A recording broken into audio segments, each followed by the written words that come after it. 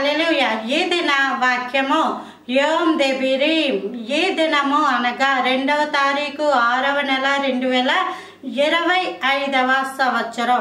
మన దేవుడిస్తున్న చక్కటి మాట ఆదికాండము 4వ అధ్యాయం 18వ వచనం.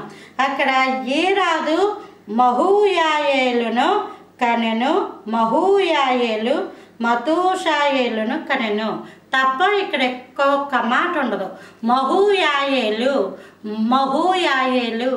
అంటే అర్థం ఏంటి అని మనం చూస్తే, స్మిటెన్ ఆఫ్ గాడ్, దేవుని చేత బాధించబడ్డాడు, దేవుని చేత దెబ్బ కొట్టబడ్డాడు అని అర్థం.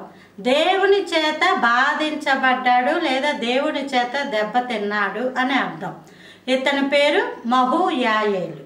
మహూయాయేలు అన్నది ఇప్పుడు ఎవరికి గుర్తుగా ఉంది? యేసు ప్రభుల వారికి గుర్తుగా ఉంది. మన పాపాలు, మన శాపాలు అవన్నీ కూడా సిలువ మీద యేసయ్య మీద మోపబడ్డాయి. మన కొరకే దేవుడు చనిపోవడానికి వచ్చాడు. దేవుని చేత బాధించబడ్డాడు. యెషయా గ్రంథంలో ఉంటాయి ఈ మాటలు. అతనిని నలగగొట్టాడంట దేవుడు. మనం పడాల్సిన పాటలవి, మనం అనుభవించాల్సిన నేరాలు, మనం అనుభవించాల్సిన బాధలు, మనం అనుభవించాల్సిన సమస్త అవమానము, నింద, హేళన, వస్త్రహీనత, దెబ్బలు, ఇవన్నీ మొహం మీద ఉమ్మేయడం, ఇవన్నీ మన క్రియలు. అసలు ఆ క్రియలను చూస్తే ఎంత భయంకరమో, ఆ మాటలు చూస్తే ఎంత భయంకరమో, ఆ చూపు ఎంత భయంకరం, చేతులు ఎంత భయంకరం, పాదాలు ఎంత భయంకరం, ఆ నోరు ఎంత భయంకరం, వాసన, కంపు పాపపు జీవితం. ఆ వాటన్నిటికీ మనిషి మీదకి రావాల్సిన శిక్ష దేవుడు ఏం చేశాడు? తన ప్రియ కుమారుని పంపి ఆయన ద్వారా మన పాపాలకి శిక్ష అనుభవించారు.